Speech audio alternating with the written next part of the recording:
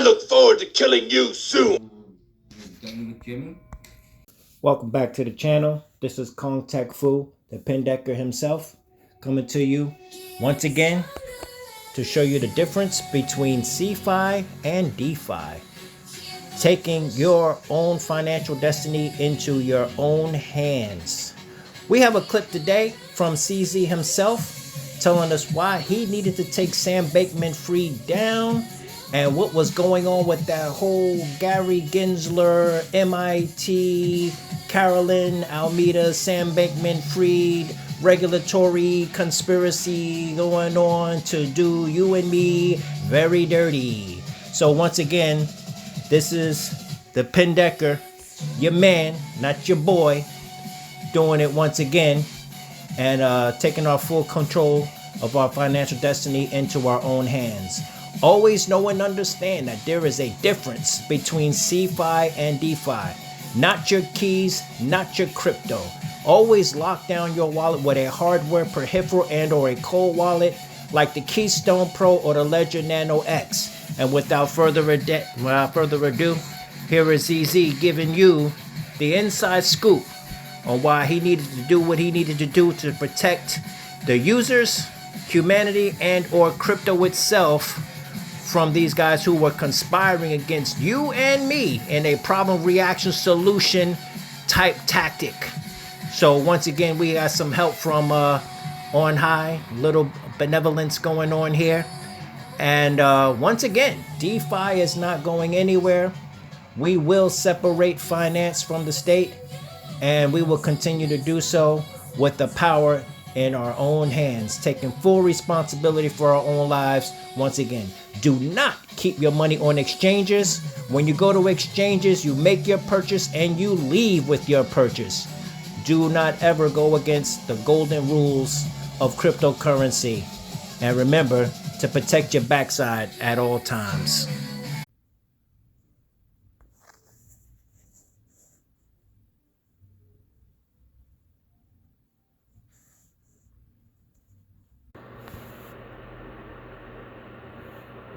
FTX is misappropriating user funds. They were taking user funds to do other things. And I think the trigger was like a week ago. There was a CoinDesk article. And then my team says, we still have a lot of FTT coins. Like, what?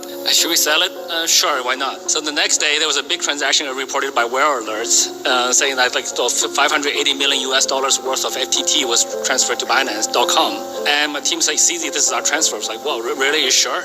Yeah, he's sure. And should we be transparent about it? It's like, yeah, sure, we should be transparent about it. So I just wrote a tweet in a few minutes. But I wanted to explain, like, how do we have this much, right? So we can't just have $580 million worth of FTT all of a sudden. We didn't buy it from secondary markets. We got it as a transaction of our equity exit out of FTX a year and a half ago, which was publicly reported. So I said that, and then I didn't know my phone will blow up like over the rest of the evening. So, and I also didn't know, like, the second day I said, look, I didn't know that was, I think the word we used was the straw that broke the camel's back. And that's before Sam SBF called me 24 hours later. I thought it was just causing a lot of waves in the Twitter, in the community. 24 hours later, Sam calls me and says, hey, CZ, can we talk? Okay. I thought he was going to do an OTC deal, right? I thought he was going to ask, hey, CZ, why don't we do an OTC deal? Then we can put all the negative comments out, then confidence is restored. I thought he wanted to do that. But instead, he just said, look, we have much bigger troubles. I said, look, we don't want users to be hurt, and we want to protect the users. So the deal, to be honest, I can't comment on any specifics on the deals, but from our perspective, the deal did not make sense from a number of fronts. From a financial perspective, is a big hole. From new users, FTX, we have very high overlap. We cover all the regions they cover, and they're much less users than us. From a technology or product perspective, I think we have a superior product. They don't have anything that we don't have. Our original intention was to let's save the users. But then the news of misappropriating user funds and especially U.S. regulatory agencies' investigations, we're like, okay, we can't touch that anymore. As soon as I understood we couldn't touch it anymore, I said, let's make that announcement as quickly as possible, because we don't want to do a slow no. If we're going to do a no, we do a quick no. That's one of my principles in business. So then this way we don't drag on for a long time, and then we also remove any uncertainty or doubt in the community, because as you can see, when the deal was going on, the deal was happening, crypto was dropping. Uncertainty is actually worse than negative news. So when the news is out, everybody knew, okay, this is where we are. So we said, look, let's announce it as quickly as possible. So we announced it, and then after we announced it, I've been trying to keep quiet to the extent possible. So I didn't appear on any TV interviews, etc. But another very big player going down. A few months ago, there was Luna, 3 arrows. Luna was big. 3 arrows was smaller, and then with Celsius, Voyager, they're even smaller. But then FTX is big. So with such a big player going down, I think we're seeing $30-40 billion of value that's in FTX valuation that was before that they raised that, plus quite a few $1 billion of user funds that's kind of gone. So with this type of events happening, it's devastating for the industry. A lot of consumer confidence is shaken, and I think basically we've been set back a few years. Now regulators rightfully will scrutinize this industry much harder, which is probably a good thing, to be honest. I think regulators are definitely needed. I don't think our society is advanced enough to live in a world without rules. So once we have rules, then that's what regulations are. Somebody have to make some rules. So, but doesn't mean all the rules are good. It doesn't mean all the rules are bad. The rules need to be sensible. If the rule says, hey, we're just going to ban crypto altogether in Indonesia, that's one type of rule. I think that's obviously going to be bad. If it's anything goes, that's also not so good in general. There will be a lot of scammers, a lot of guys doing business in a bad way and cause a lot of damage. So we need to find the balance. So it's not an easy task. So that's on the regulation side.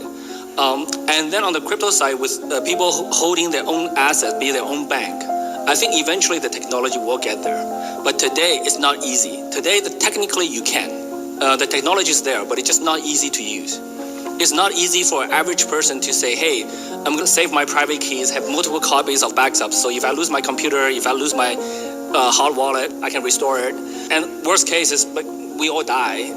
So if I'm no longer around, how does my kids inherit it? With the tools today, we can do it, but it's just not very easy. 99% of people don't know how to do it. 99% of people probably do not even know how to securely encrypt a USB backup. We need to make the tools easier. As the tools become easier to use while being very secure, more and more people will shift to that. But today, if you look at the real situation today, the majority of people would be much more comfortable using an email password and call customer support if they forget it. And we also have many cases where a person passed away. The next of kin comes with a death certificate. We validate it, wait for a month, just make sure that the guy doesn't come back alive. And then we give the funds to their kin. So today, the majority of people, for the majority of what we call regular, normal people, a centralized exchange is easier to use, even though they have to go through KYC, AML, which is actually quite cumbersome. So we need to transition the industry. The industry improves in incremental steps, not giant leaps forward.